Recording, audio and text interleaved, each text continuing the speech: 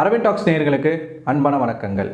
என்னுடைய வீடியோஸ் பார்க்கக்கூடிய இதுக்கு முன்னாடி என்னை வெற்றி மீடியாவில் நிறைய வீடியோஸில் பார்த்துருப்பீங்க. ஸோ இப்போ டிஃப்ரெண்ட்டான ஒரு சேனலில் டிஃப்ரெண்ட்டான ஒரு ஜானரில் நீங்கள் பார்க்க போகிறீங்க. ஸோ இந்த வீடியோ அந்த டாபிக் நான் எதனால் இந்த சேனல் இப்போ நான் ஓப்பன் பண்ணி நான் இப்போ ஒரு விஷயத்தை பண்ணுறனோ அதுக்கும் இப்போ நான் பேச போகிற டாப்பிக்கும் சம்மந்தம் இருக்கான்னு கேட்டால் நிச்சயமாக கிடையாது. ஸோ இதுக்கு முன்னாடி நான் சில கண்டென்ட் எல்லாமே நான் ஒரு யூடியூப்குள்ளே உள்ளே வரும்போது முதல்ல கண்டென்ட் ரைட்டராக தான் நான் இருந்தேன். ஸோ அந்த டைமில் நான் சில விஷயங்கள்லாம் ரிசோர்ஸ் பண்ணி நான் எழுதி வச்சுருந்தேன். ஸோ அந்த கண்டென்ட்ஸ் கோஸ்ட் கண்டென்ட்டாக இருக்கட்டும், ஹிஸ்ட்ரி சார்ந்த விஷயங்களாக இருக்கட்டும், சயின்ஸ் சார்ந்த விஷயங்களாக இருக்கட்டும். ஸோ அது எல்லாமே இந்த வீடியோவில் நான் பேசணும்.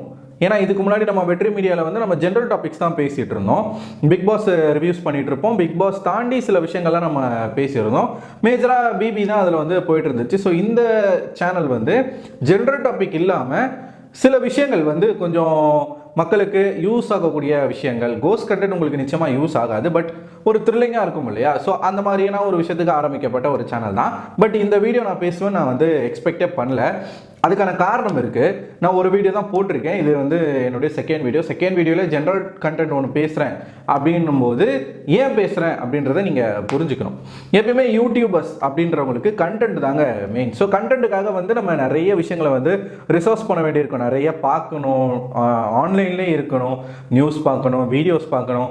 ஸோ அதில் எது இப்போ ட்ரெண்டாக இருக்குது, என்னென்ன விஷயங்கள் நடந்துக்கிட்டு இருக்கு, இதெல்லாமே நம்ம பார்த்து அதில் ஒரு டாப்பிக்கை பர்டிகுலராக செலக்ட் பண்ணி தான் நம்மளால பேச முடியும். அது என்னவா இருக்கட்டும், வேர்ல்டு நியூஸு, டிஃபென்ஸு, சயின்ஸு, இப்போ சினிமாவில் இருக்கக்கூடிய விஷயங்கள், மூவிஸ் பற்றி, இப்படி எதுவாக இருந்தாலும் ட்ரெண்டிங்காக என்னெல்லாம் போகுதுன்றதை நம்ம பார்த்தா மட்டும்தான் பேச முடியும் இல்லையா? அப்படி பார்த்துட்டு இருக்கும்போது நிறைய விஷயங்களை நான் நோட் பண்ணேன். இப்படி என்னெல்லாம் நடக்குது நம்மளை சுற்றி அப்படிங்கிறத நம்ம பார்த்துட்டு இருக்கும்போது ஒரு 1 மந்தாகவே தமிழ்நாட்டில் நடக்கக்கூடிய விஷயங்கள் எல்லாமே ரொம்ப ஒஸ்டான விஷயங்களாக போய்கிட்டு இருக்கு. ஒன்று, கள்ளக்குறிச்சியோடைய அந்த கள்ளசாராய மரணம். அது இப்போ தான் முடிஞ்சு கொஞ்ச நாள் தான் ஆகுது. அதை தொடர்ந்து விக்கிரவாண்டியில் பை எலெக்ஷன் நடந்துக்கிட்டு இருக்கு. ஆம்ஸ்ட்ராங் அப்படிங்கிற ஒரு நபர் தெரிஞ்சிருக்கும், நிச்சயமாக நியூஸ் பார்த்துருப்பீங்க. பெரம்பூரில் செம்பியமில் பிஎஸ்பி, அதாவது பகுஜன் சமாஜ் பார்ட்டி, அதனுடைய தமிழ்நாடு பிரசிடென்ட் அவர்கள் சிலரால் வெட்டி கொல்லப்பட்டிருக்கார். அவரோட வீட்டு வாசல்லே வச்சு வெட்டியிருக்காங்க. ஸ்விக்கி, ஜொமேட்டோ டெலிவரி பாய்ஸ் மாதிரி வெட்டியிருக்காங்க. ஸோ அப்டேட் ஆகிறாங்க எல்லாருமே. அதுக்கு முன்னாடி தீபக் ராஜா அப்படிங்கிற ஒரு நபர் கொல்லப்பட்டார். அந்த சம்பவத்தில் ஈடுபட்ட ஒரு நபர் தான் இந்த சம்பவத்தில் ஈடுபட்டிருக்காரு. இப்படி நிறைய விஷயங்கள். ரவுடிசம் அப்படிங்கிறது தமிழ்நாட்டில் குறிப்பாக சென்னையில் ரொம்ப ஒஸ்ட்டாக போய்கிட்டு இருக்கு. போலீஸுடைய கண்ட்ரோலை மீறி இப்போ கவர்மெண்ட்டுன்னு ஒன்று இருக்குது. இந்த கவர்மெண்ட் இதுக்கு என்னென்ன ஆக்ஷன்ஸ் எடுக்கிறாங்க, ஏன்னா கண்டினியூஸாக நடக்குது. தீபக் ராஜா மரணம், இன்னும் நிறைய பேர் தீபக் ராஜா மாதிரி இன்னும் பலர் இறந்துருக்கிறாங்க. கள்ளக்குறிச்சி கள்ளசாராயம், இவர் ஆம்ஸ்ட்ராங், இந்த மாதிரி தொடர்ச்சியாக நடந்துக்கிட்டு இருக்கு. பட் கவர்மெண்ட் இதுக்கான ஸ்ட்ரிக்டான ஆக்ஷன்ஸ் எடுக்கிறாங்களா? இன்னொரு விஷயம் எனக்கு எது ரொம்பவே நமக்கு பயத்தை ஏற்படுத்துது அப்படின்னு பார்த்தீங்கன்னா, இன்ஃப்ளூயன்சர்ஸ்க்கு நடக்கக்கூடிய சில விஷயங்கள். A2D நந்தா, அவரை தெரியாத ஆட்கள் இருக்க முடியாது. ஸோ நல்ல ஃபேமஸான ஒரு இன்ஃப்ளூயன்சர், ஒரு யூடியூபர். சமீபத்தில் அவர் ஒரு ஆப்பிள் ஐஃபோனுக்கு பேட்ரி வாங்குறதுக்காக ரிச் ஸ்ட்ரீட் போகிறார். அந்த சமயத்தில் அங்கே ஒரு தெருவில் நடந்து போகிறாரு. அப்போ அவர் வீடியோஸ் எடுத்துகிட்டே போகிறாருங்க. பேட்டரிலாம் வாங்கிட்டாரு. வந்துட்டு இருக்கும்போது அந்த பர்டிகுலர் இடத்துல ரிச் ஸ்ட்ரீட்டில் ஒரு ஸ்ட்ரீட்டில் அங்கே 2 பிரியாணி கடை வேறு இருக்கும். பயங்கர ஃபேமஸான பிரியாணி கடை. அது இர்ஃபான் வியூஸ் அந்த பிரியாணி கடையை ரிவ்யூலாம் பண்ணியிருப்பாரு. ஸோ அந்த ஸ்ட்ரீட்டில் ஒரு 3-4 பேர் சரக்கு அடிச்சுக்கிட்டு இவர் வரதை பார்த்துட்டாங்க. ஏன்னா இவர் கையில் கேமரா இருக்குது. கேமரா காஸ்ட்லி, அது கோப்ரோன்னு நினைக்கிறேன். கோப்ரோவாக இருந்தாலும் அது மினிமம் நல்ல ஒரு கோப்ரோனா ஒரு 10 to 15 இருக்கும் மினிமம் நான் சொல்கிறது. ஸோ அப்படி அதை பார்த்த உடனே அவனுங்க அந்த கேமராவை பிடுங்க வரானுங்க. அதில் ஒருத்தவன் தான் பேசுகிறான். அவர்கிட்ட பேசக்கூடிய விஷயங்கள், நான் உண்மையாலுமே ரவுடி தான், பசங்க கிட்ட சொன்னால் போட்டுருவானுங்க, இப்பயே செஞ்சுருவானுங்க, பொருளுக்குது, இன்னும் பயப்படுறியா, அப்படி எக்கச்சக்கமான விஷயங்கள் கேட்டு கேமராவை பிடிங்கிட்டு போகிறான். ஸோ அதுக்கப்புறமா அவங்க போராடி அதை அவர் காட்டல, நந்தா காட்டல. அதுக்கப்புறம் எப்படி அந்த கேமரா வாங்கினாருன்றத காட்டல. ஆனால் அவரோட வீடியோவில் அது எல்லாமே அவர் ஷோ பண்ணிட்டார். அந்த கேமராவில் எல்லாமே ரெக்கார்ட் ஆகுது. அது அவருடைய சேனலில் போடுறாரு. பயங்கரமாக அது வைரல் ஆகுது. நிறைய பேர் பேசுகிறாங்க. நியூஸ் சேனல் வரைக்கும் அந்த விஷயம் வந்துருச்சு. இந்த மாதிரி ரவுடிசம் தலைவிரித்து ஆடிக்கிட்டு இருக்கு, ரவுடிகளுடைய அட்டூழியம் அப்படின்னு சொல்லிட்டு பேசிக்கிட்டு இருக்காங்க. இப்போ அதில் நந்தா சொல்லக்கூடிய சில விஷயங்களை நம்ம பார்க்கணும்.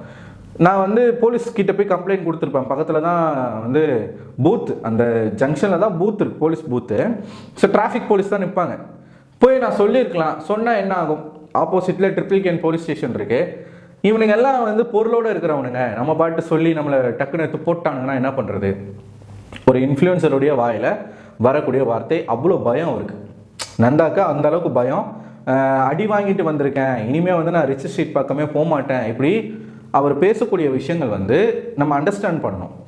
ஸோ ஒரு இன்ஃப்ளூயன்சர் வந்து மக்களுக்கு அவருடைய கருத்துக்களை சோஷியல் மீடியாவில் சொல்லக்கூடிய ஒரு பர்சன், அவரே வந்து இப்படி ரவுடிசம் நடக்குது, இந்த மாதிரி தானே அதில் ஒரு விக்டிமாக இருக்கும், ஆனால் இது எனக்கு சொல்கிறதுக்கே பயமாக இருக்குது, ஏன்னா இந்த மாதிரி பண்ணிட்டாங்கன்னா என்ன பண்ணுறதுன்னு யோசிக்கிறாரு அப்படின்னா, நல்ல ஒரு ஃபேமஸான ஒரு ஆளுக்கே இந்த பயம் இருக்குன்னா சாதாரண மக்களுக்கு நிச்சயமாக பயம் இருக்கும்.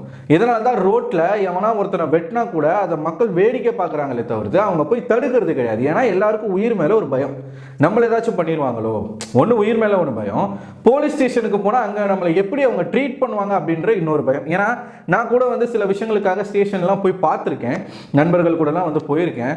சில பேர் நல்லா நம்மளை ட்ரீட் பண்ணுவாங்க, சில பேருடைய ட்ரீட்டிங் வந்து ரொம்ப மோசமாக இருக்கும். அந்த எக்ஸ்பீரியன்ஸ்லாம் வந்து நமக்கு இருந்திருக்கு. ஸோ இது எல்லாமே இங்கே வந்து ஒரு மேட்டர் ஆஃப் ஃபேக்டாக இருக்குது. ஏன்னா பயம் அப்படின்றது மக்களுடைய மனசுக்குள்ள ரொம்ப ஆழமாக போயிடுச்சு. இப்போ அவனை வந்து கம்ப்ளைண்ட் பண்ணி அவனை போலீஸ் பிடிச்சிட்டு போனாலும் என்ன பெருசாக பண்ணிட போகிறாங்க? ஒரு கொலை பண்ணவனே 6 மாதத்தில் வெளியில் வந்துடுறான், திருப்பி ஒரு கொலை பண்ணுறான், மறுபடியும் 6 மாதத்தில் வெளில வரான், வந்து மறுபடியும் அவன் கொலை பண்ணுறான். ஸோ இப்படி தான் நம்மளுடைய சிஸ்டமே இருக்குது. என்ன எவ்வளோ பெரிய அக்யூஸ்டாக இருந்தாலும் மேக்ஸிமம் 1 வருஷத்தில் பெயிலில் வந்துடுறாங்க, வந்து அவன் சுதந்திரமாக தான் சுற்றிக்கிட்டு இருக்கான். இப்போ பிஎஸ்பி அப்படிங்கிற ஒரு கட்சியினுடைய ஸ்டேட் பிரசிடெண்ட்டை அவரோட வீட்டு வாசல்லே போய் வந்து வெட்டி கொள்கிற அளவுக்கு தைரியம் இருக்குது அப்படின்னா பக்கத்துலேயே போலீஸ் ஸ்டேஷன் இருக்குன்றாங்க. 300 மீட்டரில் செம்பியம் போலீஸ் ஸ்டேஷன் இருக்குது. ஸோ இந்த அளவுக்கு அவர்களுக்கு வந்து தைரியம் எங்கே இருக்குன்னா, போலீஸ் பிடிச்சாலும் அவங்க வந்து இங்கே வெட்டிட்டு போயிட்டு இன்னொரு ஸ்டேஷனில் பெரம்பூர் எங்கே இருக்குது, அண்ணா நகர் எங்கே இருக்குது, அந்த ஸ்டேஷனில் போயிட்டு அவங்க சரண்டர் ஆகுறாங்க. ஸோ தைரியமாக பண்ணுறாங்க. இப்போ சூழ்நிலை வந்து மாறிப்போச்சு. இதை விட ஒரு மோசமான நியூஸ். இப்போ இதெல்லாம் நான் ஏன் பேசுகிறேன்னா உங்களுக்கு கனெக்ட் ஆகும். இப்போ ஒவ்வொரு டாட் மாதிரி தான், இதை நீங்கள் தான் வந்து கனெக்ட் பண்ணி பார்க்கணும். தீபக் ராஜா மர்டருக்கு பின்னாடி இருக்கக்கூடிய விஷயங்கள், இங்கே நந்தா அவர்களுக்கு நடந்த அந்த ஒரு தாக்குதல்னே சொல்லுவோமே, அதுக்கான ரீசன் அவனுங்க போதையில் இருக்கானுங்க, பயங்கரமான போதை. ஆட்டோவில் நின்றுக்கிட்டு பியரில் வந்து குடிச்சிக்கிட்டு இருக்காங்க, பட்ட பகலில் அவ்வளோ மக்கள் போகக்கூடிய ஏரியாவில் குடிச்சிக்கிட்டு இருக்காங்க. ஏன்னா பயம் இல்லை, யார் நம்மளை என்ன கேட்க முடியும் அப்படின்ற ஒரு தைரியம். போதை அப்படின்றது வந்து சர்வசாதாரணமாக, இது வந்து குடியில் இருந்து கஞ்சா அபின் இப்படி ஏகப்பட்ட விஷயங்கள் வந்து சகஜமாக மாறிப்போச்சு சென்னையில். இது ஒரு பக்கம் இருக்குதா, திரிபுரா அப்படின்ற ஒரு மாநிலம் இருக்குது நம்ம இந்தியாவில் வடக்கில். இன்றைக்கி செய்தியில் நான் பார்த்த விஷயம் என்னென்னா, ஒரு மாநிலத்தை சேர்ந்த 800 பேருக்கு எய்ட்ஸு. அது யாருக்கு வந்திருக்கு அப்படின்றதா ஷாக்கு. ஸ்கூல் பசங்களுக்கும் காலேஜ் பசங்களுக்கும். 1-2 இல்லை, நான் சொல்கிறது எய்ட்ஸ், HIV 800 பேருக்கு வந்திருக்கு. HIV பொதுவாக எப்படி வரும் நமக்கு தெரியும், அது வந்து ஒரு செக்ஷுவல் டிரான்ஸ்மிஷன் டிசீஸ். ஸோ ஒரு நபர் அதிகமான நபர் கூட வந்து உடலுறவு வச்சுக்கிறது மூலமாகவும் எய்ட்ஸ் வரும். அது வர்றதுக்கு பல காரணங்கள் இருக்குது. மெயினான ரீசன் வந்து இதுதான், சரிங்களா? 800 பேருக்கு எப்படா ஒரு ஸ்டேட்டில் வந்து எய்ட்ஸ் வந்திருக்கு அப்படின்னு பார்த்தா, அவங்க வந்து ஸ்கூல் பசங்களில் இருந்து காலேஜ் பசங்க வரைக்கும் ஒரே ஊசியில் போதை மருந்தை வந்து யூஸ் பண்ணியிருக்கிறாங்க. ஒரே ஊசியில் அத்தனை பேருக்கு வந்து போடப்பட்டிருக்கு. இந்த மொத்தமாக அக்யூரேட்டாக சொல்லணும்னா 825 பேருக்கு எய்ட்ஸ் வந்திருக்கு. 47 பேர் அதில் வந்து இறந்து போயிருக்காங்க, எய்ட்ஸ் தொற்றுனால இறந்து போயிருக்காங்க. இப்போ இந்த 800 பேர் நீங்கள் வச்சுக்கோங்களேன், இவனுக்கு எப்போ அந்த எய்ட்ஸ் தாக்கம் வந்துச்சு, அதை அவன் எப்போ கண்டுபிடிச்சிருப்பான், அவனுக்கு எய்ட்ஸ் வந்ததுலேருந்து அவனுக்கு எய்ட்ஸ் இருக்குது அப்படிங்கிறத தெரிஞ்ச வரைக்கும் அவன் எத்தனை பேர் கூட பழகியிருப்பான், எத்தனை பேர் கூட செக்ஷுவலாக இருந்திருப்பாங்க, அதனால் அஃபெக்ட் ஆனவங்க எத்தனை பேர் இருந்திருப்பாங்க. ஸோ இப்படி நினச்சி பார்க்குறதுக்கே நமக்கு வந்து அப்படி ஈரக்குள்ளலாம் நடக்குது. இதுக்கு பின்னாடி இருக்கக்கூடிய ரீசன் என்னென்னா போதை பழக்கம், ஒரே ஊசியை யூஸ் பண்ணது. ஸோ இதில் நான் என்ன சொல்ல வரேன்னா, ஒரு கெட்ட பழக்கத்துக்கு இப்போ இருக்கக்கூடிய தலைமுறை வந்து அடிக்ட் ஆகிட்டு இருக்கு, அடிமை ஆகிக்கிட்டு இருக்கு. அது கள்ள சாராயத்தில் இருந்து, டாஸ்மார்க்கில் இருந்து, கஞ்சாவில் இருந்து, அபீனில் இருந்து, கொக்கைனில் இருந்து, ஸ்டாம்பாக இருக்கட்டும், மாத்திரைகளாக இருக்கட்டும், பெயின் கில்லர்ஸு, நிறைய போதை மருந்துகளை, போதை பொருட்களை வந்து இப்போ கண்டுபிடிக்க ஆரம்பிச்சிட்டாங்க. டிஃப்ரெண்ட்டாக ட்ரை பண்ணிக்கிட்டு இருக்காங்க. ஸோ இப்படியெல்லாம் வந்து நம்ம சொசைட்டியில் வந்து ஒரு பிரச்சனை போய்கிட்டு இருக்கு. ஒரு இன்ஃப்ளூயன்சருக்கே இங்கே பாதுகாப்பு இல்லை, சுதந்திரமாக ஒரு வீடியோ எடுக்க முடியல, இவங்களோட அட்டுலியம் வந்து தாங்க முடியல, ரொம்ப அட்டகாசம் பண்ணுறாங்க, இதுக்கு ஒரு ஸ்ட்ரிக்டான ஒரு ஆக்ஷன் இல்லை, இப்படியெல்லாம் போய்கிட்டு இருக்கு. இதை பற்றி நம்ம பேசலாம் அப்படின்னு நம்ம யூடியூப்பை திறந்தா யூடியூப்பில் வேற ஒரு பஞ்சாயத்து வந்து போய்கிட்டு இருக்கு. அதாவது இங்கே பிரியாணி மேன் ஒருத்தர், அவர் வந்து டெய்லர் அக்கா அப்படின்ற ஒரு பொண்ணு, அது வந்து ஏதோ ஒரு சேனலுங்க, டெய்லர் அக்கான்னு தான் கூப்பிட்றாங்க. அந்த சேனல்லாம் இந்த வீடியோஸ்லாம் நான் இது வரைக்கும் பார்த்ததில்ல, பிரியாணி மேன் வீடியோ தான் நான் பார்த்தேன். ஸோ அவர் வந்து அந்த பொண்ணை வந்து டீஸ் பண்ணுற மாதிரின்னு இல்லை, ஸோ அவங்களோட வீடியோவை கிரிட்டிசைஸ் பண்ணி இவர் வந்து இவருடைய சேனலில் வந்து பேசி, அதை வந்து இன்னும் சிலர் வந்து எடுத்து பேசி அந்த பொண்ணுக்கு சப்போர்ட் பண்ணுற மாதிரி சில பேர் வந்து பேசி, ஸோ அதை மறுபடியும் பிரியாணி மேன் வந்து சில ப்ரூஃப்ஸோட இந்த பொண்ணு என்னெல்லாம் பண்ணிக்கிட்டு இருக்கு, சில விஷயங்கள் வந்து பிரியாணி மேன் சொல்கிறத நான் அக்செப்ட் பண்ணிக்கிறேன். ஆனால் ட்ரெஸ்ஸிங்ஸ் தவிர்த்து, காஸ்டியூம்ஸில் அவர் சொன்ன விஷயங்களை தவிர்த்து இன்னும் பல விஷயங்கள் வந்து ரீசெண்டாக போட்ட வீடியோவில் அந்த பொண்ணை பற்றி, அந்த டெய்லர் அக்கா அப்படின்ற அந்த பொண்ணை பற்றி சொல்லியிருக்கிறாரு. ஸோ அவங்களுடைய தந்தை வந்து ஒரு கவுன்சிலராக இருக்காங்க. இவங்க வந்து டெய்லரிங் பற்றி ஒரு கோர்ஸ் ஒன்று எடுக்கிறாங்க. டெய்லரிங் பற்றினா ப்ளவுஸ் ஸ்டிச்சிங் பற்றி தான் அவங்க வந்து ஒரு ஆன்லைன் கிளாஸ் மாதிரி எடுத்திருக்காங்க. அதுக்கு 5000 rupees வந்து அவங்க வந்து என்ன பண்ணியிருக்காங்க, ஃபீஸாக வந்து கலெக்ட் பண்ணியிருக்காங்க. ஸோ இதில் நிறைய மிடில் கிளாஸ் ஃபீமேல்ஸ் தான் இதில் வந்து போவாங்க, அஃபெக்ட் ஆவாங்க அப்படின்ற மாதிரியான விஷயங்கள் எல்லாமே சொல்லியிருக்கிறேன். இப்போ என்ன நான் சொல்ல வரேன்னா, இது ஒரு பேச்சுன்னு இது வந்து இவங்களுக்குள்ள ஒரு பஞ்சாயத்தாக போய்கிட்டு இருக்கு. இப்போ யூடியூப் வந்து எப்படி மாறிக்கிட்டு இருக்குன்னா, சக யூடியூபர்ஸ் ஒரு யூடியூபரை பற்றி இன்னொரு யூடியூபர் பேசி அதை தான் இப்போ மக்கள் வந்து பார்க்க ஆரம்பிச்சிருக்கிறாங்க. நான் முன்னாடியே வந்து சொல்லியிருப்பேன், நம்ம வெற்றி மீடியா சேனலில் கூட நம்ம வந்து பிரகன் பற்றிலாம் பேசியிருப்போம், பிரிகடா ஷைன்ஸ் அவங்க அம்மா ஜெயசுரதி இவங்களை பற்றிலாம் நம்ம பேசியிருப்போம். சோஷியல் மீடியாவே வந்து நெகட்டிவ் மயமாக மாறிக்கிட்டு இருக்கு. ஒருத்தர் பற்றி இன்னொருத்தர் திட்டுறதை தான் மக்கள் வந்து அதிகமாக பார்க்க ஆரம்பிக்கிறாங்க. நெகட்டிவான விஷயங்களை தேடி தேடி நம்ம மக்கள் போய்கிட்டு இருக்காங்க. ஸோ இப்படி தான் வந்து நம்ம இருக்குது. நம்ம ஒரு நல்ல ஒரு கருத்தை வந்து நம்ம சொல்லணும்னு நினச்சா கூட அது சொல்ல முடியல, அது பார்க்க மாட்றாங்க. எல்லாருமே இப்படியே போறதுனால இருக்கக்கூடிய சிலரும் வந்து அதே லைனை தான் ஃபாலோ பண்ண வேண்டியதா இருக்கு, நெகட்டிவான விஷயங்களை போடுறாங்க அப்படின்னு வந்து நம்ம பேசியிருந்தோம் இல்லையா. ஸோ இது இன்னமும் தொடர்ந்துகிட்டு இருக்கு. கொஞ்ச நாளைக்கு முன்னாடி வந்து சரி இங்கே தமிழ்நாட்டில் தான் இதான் பிரச்சனைன்னு பார்த்தா, யூகேல இருக்கக்கூடிய தமிழ் யூடியூபர்ஸ் கிரியேட்டர்ஸ்க்கு நடுவில் அங்கே ஒரு பஞ்சாயத்து போய்கிட்டு இருக்கு. சென்டிபி அப்படின்ற ஒரு இன்ஃப்ளூயன்சர், அவரை பற்றி 2 ரூபா vlog அப்படின்ற ஒரு பையன், இவங்கெல்லாம் யூகேல இருக்கக்கூடிய தமிழ் யூடியூபர்ஸ் சரிங்களா.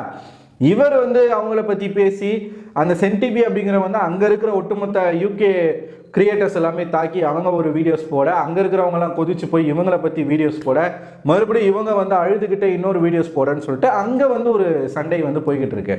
இங்கே தமிழ்நாட்டில் பார்த்தா இவர் வந்து அந்த பொண்ணை பேசிட்டாரு, காஸ்டியூம் பற்றி இவர் பேசுறதுக்கு இவர் யாருன்னு சொல்லிட்டு இன்னும் சிலர் வந்து இவரை தாக்க, அந்த பொண்ணு வந்து இவங்களை தாக்க, இவர் வந்து மறுபடியும் பதில் வீடியோ போடுன்னு சொல்லிட்டு இப்படி போய்கிட்டு இருக்காங்க.